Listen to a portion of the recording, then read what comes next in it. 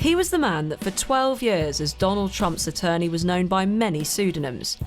Trump's Mr. Fix-It, his consigliere, his ultra-loyal right-hand man.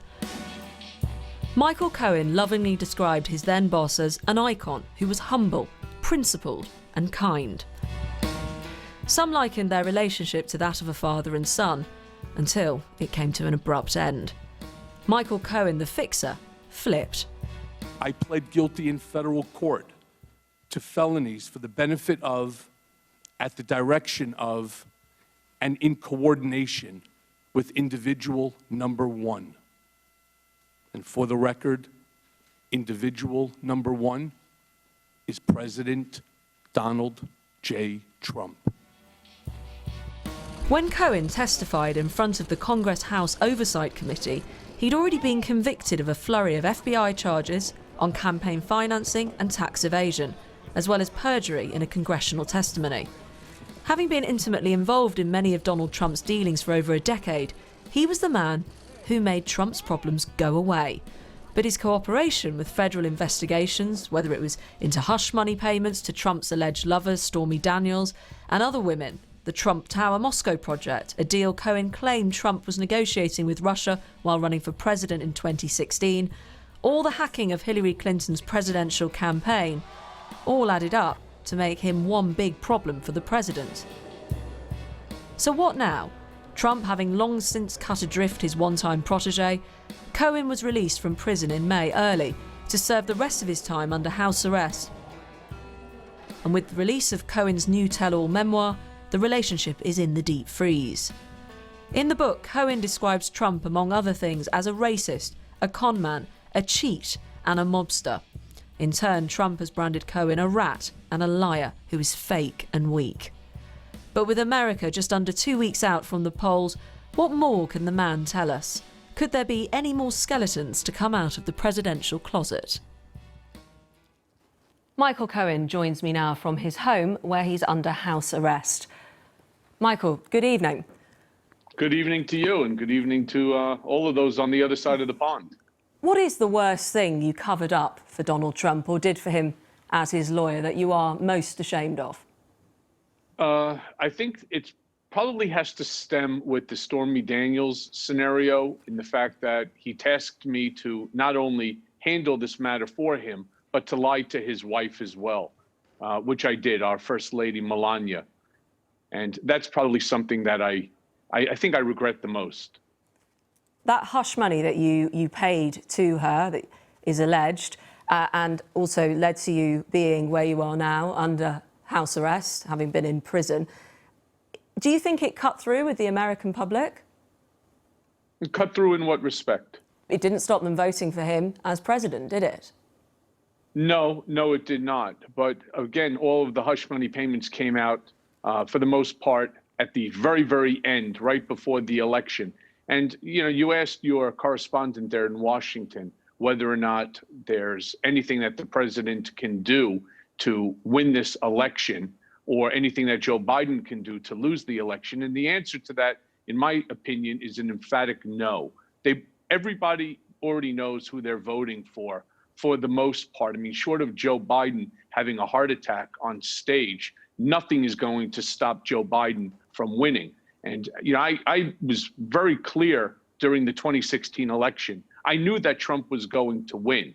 And I was able to see that based upon analytics that we were looking at, as well as the response by people just in the street. How many crimes? How many crimes did you commit for the president? Well, that's not something that I intend on discussing. First and foremost, I didn't commit any crimes. Paying somebody for silence in an NDA is not a crime. Why perjury is a crime, and why are you in jail? Well, I perjured myself at the direction of and for the benefit of Donald J. Trump. I was staying on message, and I never expected that something that has never been litigated before in the United States would have landed me in prison.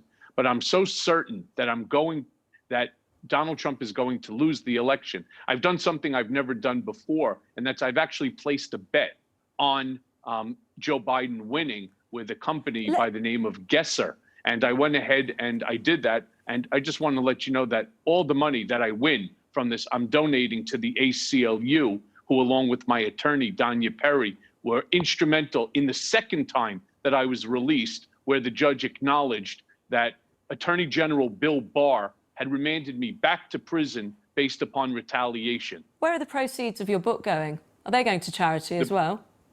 The proceeds of my book are not. They're going for a multitude of things, including paying off the incredible fines and penalties as a result of the IRS error that was made on my taxes. But the point is, people's hearts will not be bleeding for you because you paint a picture of Donald Trump in your book as a sexual predator, a racist, a blackmailer, akin to a mob boss. You even describe a time when he was turned on by the sight of your 15-year-old daughter, describing her as a piece of ass. He fist bumped you after that. You did all of that. Your family didn't want you to work for him, and yet you continued. Yes, and I'm not proud of anything that I did, nor am I asking anybody for their forgiveness. I'm not looking for your forgiveness. What I'm looking for is the forgiveness and making amends with my wife, my daughter, my son, and my country. I have to do this my way, and whether or not that I continue to work for him. I was part of a cult. The Trump organization is a cult. Well, and not only was I part of it, I was... that paid you a lot of money. One second. No, that's where you're wrong. You see, you, like so many others, are completely misinformed. This is not a rags to riches story of me working for Trump. I retired when I was 39 years old. I was what's called a centimillionaire at the time. I was worth close to $100 million. Isn't that even worse? I couldn't work for, ma'am. Isn't that even worse? I couldn't go to work.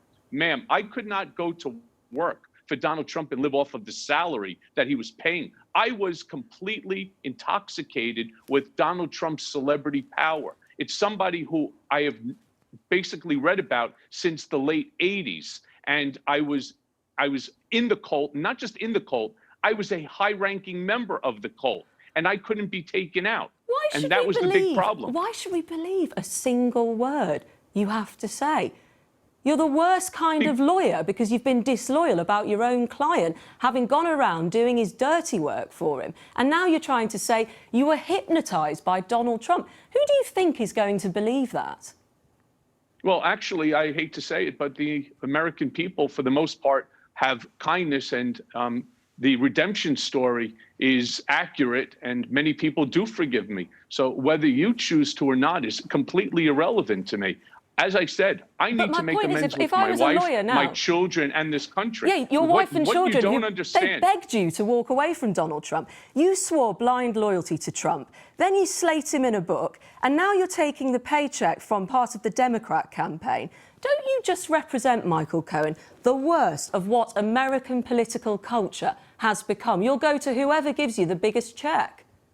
Well, that's absolutely not accurate, but I don't know how to answer that for you. I think the question is completely, it's obnoxious as a question. No, I find the question is actually obnoxious in the fact that you really haven't read the book and you don't know anything about me, but no, you haven't. But what you have is... Sorry, you don't get to accuse the BBC of fake news here. I have read the book. I know what my question is. And if you're offended by it, that's one thing, but please answer it because it's accurate. Yes. Well, it's not accurate. And what you didn't read are things like the Petrillo sentencing memo. You don't know the story. And what you're doing is you're taking out snippets in order to try to make some sort of a splash announcement. But you're inaccurate. And again, I'm not asking for your forgiveness. I'm not asking for anyone's forgiveness other than my wife and my children. You're asking them to buy your book and fund your lifestyle. If you're interested in reading the book and you're interested in understanding what I refer to in the book is Trump derangement syndrome, then buy the book. But and Trump if you're calls not, you a rat. then don't. Why should anybody believe what you have to say? You talk here. I'll quote your book. Who cares what Donald Trump says? You did. Donald Trump has for 10 years of your life. You're sure right. No, for longer than 10 years. I did, but I don't any longer. And in order to make amends, I need to tell the truth. And that's exactly what's in the book, Disloyal. Whether you choose to believe it or not. Listen, I was never in Prague. This whole thing started with companies like the BBC, with companies like the New York Times, with companies like the Post or the Wall Street Journal or the Washington Post, all claiming that I had gone to to Prague and paid $10 million to a group of Russian compromise. I've never been to Prague in my life. I've never been to that part of the world. So before you accuse me of having to apologize for lying to Congress over the number of times that I spoke to Trump about a failed real estate project that I was directed, and I did at his request, right? I think you really have to get your facts straight, because you're just in complete error. I'm quoting your book, and my research was based on your book. Michael Cohen, thank you very much for your time.